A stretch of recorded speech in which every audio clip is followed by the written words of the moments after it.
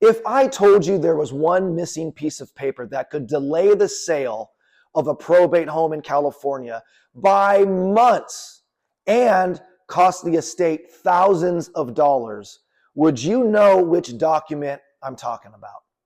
Most families don't. And that's exactly why probate sales here in California can feel like you're walking through a legal maze with a blindfold on.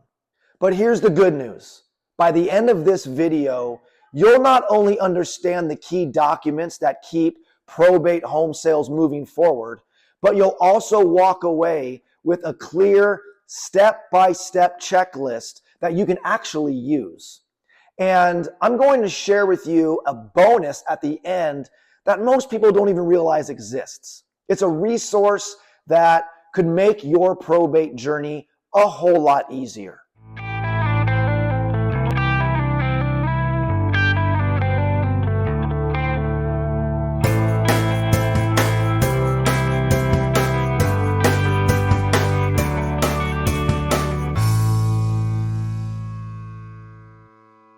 Let's start at the very beginning, because without the right foundation, nothing else really matters.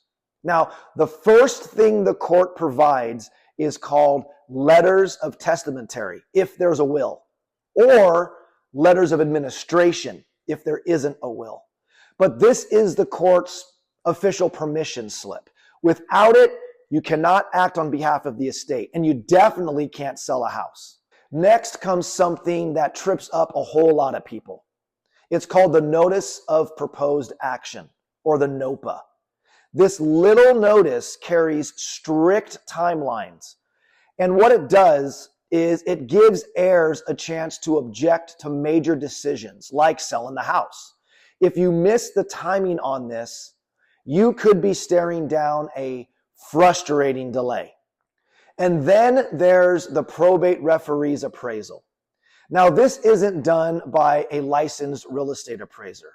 In fact, the probate referee doesn't look at material facts about the home, like whether the deceased passed away there, or even the true condition of the property. It's often called a windshield appraisal because it's more of a quick valuation than an in-depth analysis. Here's what you need to know. If you have full authority under the IAEA, you don't have to get too hung up on the probate referee's number. When it comes time to actually list and sell the property, your probate real estate agent, me, will help you determine the right market price. And then once the home sells, that final sales price will replace the probate referee's figure. But if you have limited authority, that's when the appraisal carries a lot more weight because the court relies on it to approve your sale.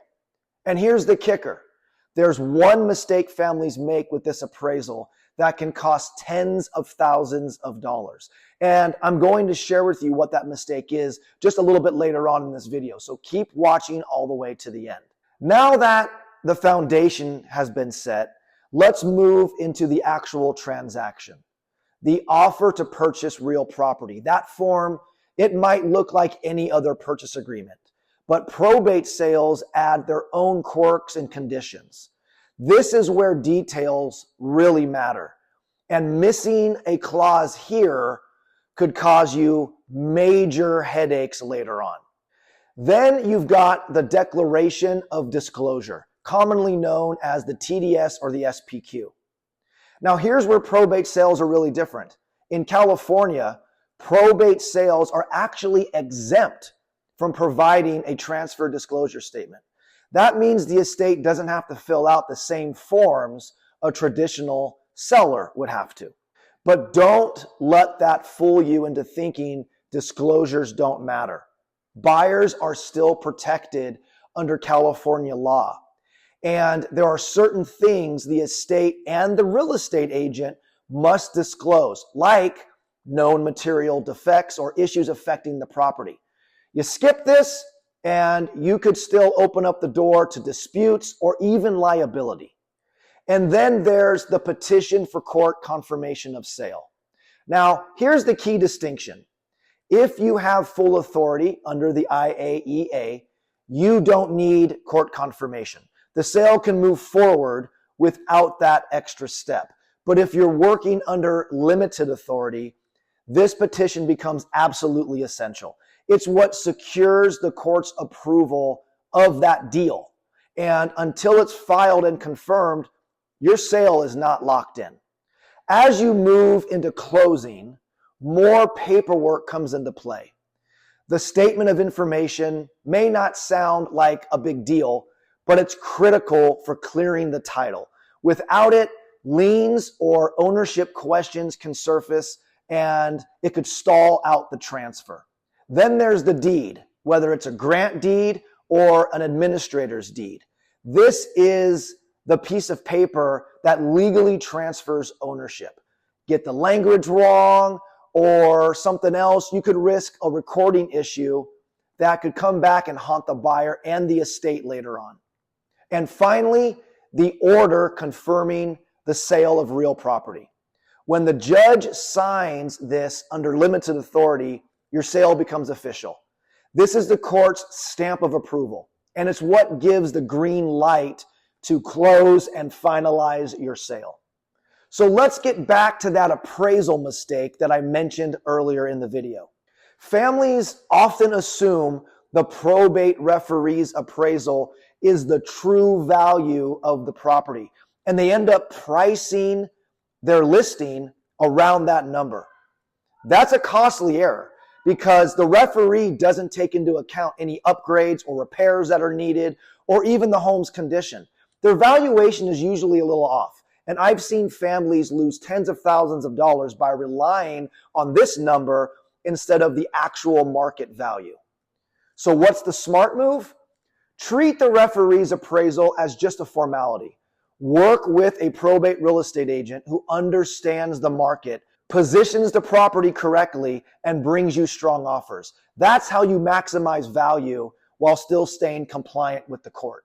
Now, that was a lot of information to take in, which is exactly why I pulled all of it together into a clear, easy to follow probate document checklist for 2025. It covers every single form we just talked about, step by step. So you'll always know what comes next. You can download it for free. Just check the link that's in the description below. You'll find it there. Because here's the truth. Families who have and use this checklist avoid costly delays. They stay compliant with the court and they move through probate with far less stress. And as I promised, here's the bonus I mentioned earlier. Most people don't realize that in many cases, the estate doesn't have to come out of pocket up front for all of the costs to get started in probate. There are solutions that allow certain expenses like attorney retainers, court filing fees, and even publication costs to be covered now for you and reimbursed later through the sale of the property. That's the kind of information that will change the entire probate journey for you moving forward. So if you are navigating a probate home sale or you're just getting started, remember this: the right documents at the right time are the difference between a smooth closing and a probate nightmare. So make sure you grab the free checklist and just remove all the stress out of your process.